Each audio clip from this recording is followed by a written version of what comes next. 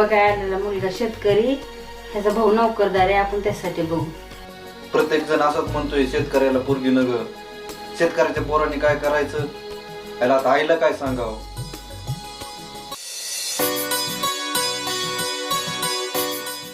बघितली का रे पोरगी? हो. कसली रे वाटली पोरगी? चांगली आहे का? अगं नाही पसंत पडली, आपण दुसरी बघू. काय झालं रे? फोटो तर चांगली दिसत होती की. अगं फोटो